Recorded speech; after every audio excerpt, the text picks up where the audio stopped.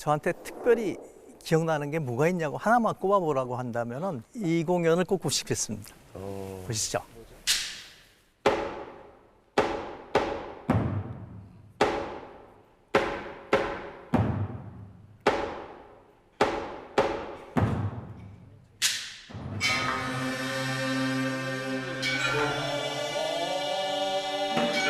와, 대박.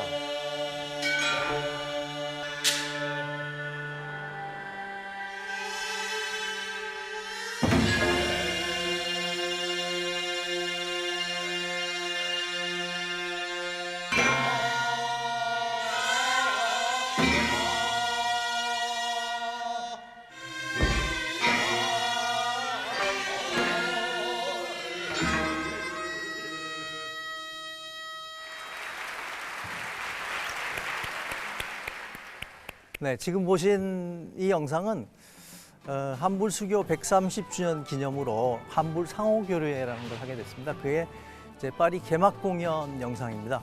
우리나라 중요 무형문화재 1호예요. 종묘제례악입니다. 종묘제례악. 종묘제례악은 조선시대 왕실의 제사인데 지금까지도 종묘에서 5월 첫 번째 일요일 날 딱 한 번 합니다. 노래와 춤과 음악이 있는 그런 제례입니다. 왕실 문화의 결정체가 바로 이 한 편에 담겨 있습니다. 근데 아마 여러분들도 이 공연을 한 번도 본 적이 없으신 분이 대부분일 거예요. 끝까지 보기는 어렵죠. 또 길기도 하고. 맞습니다. 본 사람도 적고. 이걸 하겠다고 했을 때 굉장히 반대하는 분들이 많았습니다. 왜냐하면 보시다시피 굉장히 느리고 재미없고 어렵다는 것 때문이죠. 근데 예상도 뛰어넘는 반응이 기다리고 있었어요. 한 1,000명 정도 관객이 숨죽이고 지켜보는, 끝나고 나서 완전히 한국식으로 이렇게 인사를 하면서 꼬레가 이 정도로 대단한 나라인지는 몰랐습니다. 꼬레. 꼬레. 그 얘기를 하더라고요. 600년이 넘는 긴 기간 동안에 한국의 민족과 역사가 한국 예술을 지켜줬다. 존경의 찬사를 받게 됐습니다. 저도 문화는 정말 다리를 만든다고 생각해요. 문화 간의 어떤 다리를 만들고 나라를 만나게 해주는 역할을 확실히 하는 것 같아요. 코로나 위기지만 문화의 역할은 대단히 중요하다고 생각을 해요. 아직도 저는 그 순간을 잊을 수가 없습니다. 매일 저녁 광화문 광장이 붉은색 물결로 들썩였던 그때 2002년입니다. 대박이다. 대한민국 외치면서 대한민국. 저게 벌써 20년 됐어요. 18년 됐네요. 네. 저 사진 어딘가에 저도 있을 것 같은데 말이죠. 우리 다 저기 있지 않을까? 열기의 함성으로 전국을 메꾸던 그때가 사실은 IMF라는 경제 위기 속에서 아직 빠져나오지 못하던 그런 절망적인 시간이었었습니다. 오죽하면 뭐 IMF 세대라는 그런 신조어까지 있었잖아요. 사실 침체된 사회에 새로운 에너지를 가져다 줬던 전환적인 문화 사건이었습니다. 이게 재밌는 건 2002년도에 월드컵이 있다고 치면 지금 코로나 시대에는 한국 야구가 있더라. 메이저리그가 못하고 있었으니까 어떻게 이 한국 야구는 코로나19 상황에서도 벌어지고 있고 미국 사람들이 그렇게 재밌어라 했다고. 맞아요. 엘튼 존도 한번 그런 얘기했었대요. 그러니까 스포츠하고 문화, 즉 이제 예술이나 음악 특히 이제 사람을 이렇게 만나게 해주는 거는 별로 없대요. 실제로 콜롬비아에 가시면 메데인이라는 도시가 있는데요.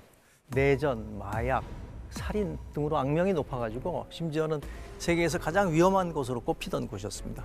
근데 콜롬비아 정부가 이 절망에 빠진 도시를 위기에서 극복하고 재건을 위해서 선택한 배경은 과연 무엇이었을까요? 7년 동안 5억 달러 이상을 투자를 하게 됩니다. 그래서 428개 정도의 문화 현장을 복원을 시켰어요. 그랬더니 그 결과가 바로 이런 것이 감소하게 됩니다. 살인율이. 예. 1991년 주민 10만 명당 381건, 2017년에 이르러서는 23건으로 크게 줄었습니다. 이야. 무기를 들고 있던 청년들이 붓을 들고 벽에 그림을 그리기 시작을 한 겁니다.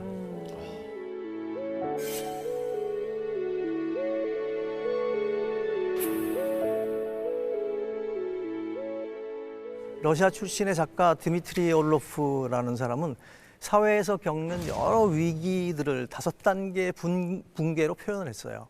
근데 재밌게도 그 붕괴의 최종 단계가 문화 붕괴입니다. 문화가 붕괴된 사회에서는 사람들이 거의 완벽하게 외톨이로 살 수밖에 없게 돼요. 그러니까 공동체라는 존재 자체에 대한 신뢰도도 없습니다. 우리도 마찬가지로 코로나 위기를 극복하고 사회를 재건해야 되는 그런 과제에 당면했죠. 영국의 사진작가의 작품입니다. 다 창문에 걸터 앉아서. 네, 코로나 팬데믹으로 이제 도시가 붕괴가 되니까 사람들의 모습을 창문 프레임 너머로 사진으로 이렇게 담았죠. 와. 코로나 시대를 살아가는 우리 현재를 기록하고 있는 거죠. 마치 창 안에 갇혀 있는 코로나 가족들에게 우리가 서로 공감하고 위안을 얻기도 하고 그러면서 또 서로 응원하게 될 겁니다. 네. 지금 문화가 코로나의 위기를 극복시켜 줄 거라고 저는 믿습니다.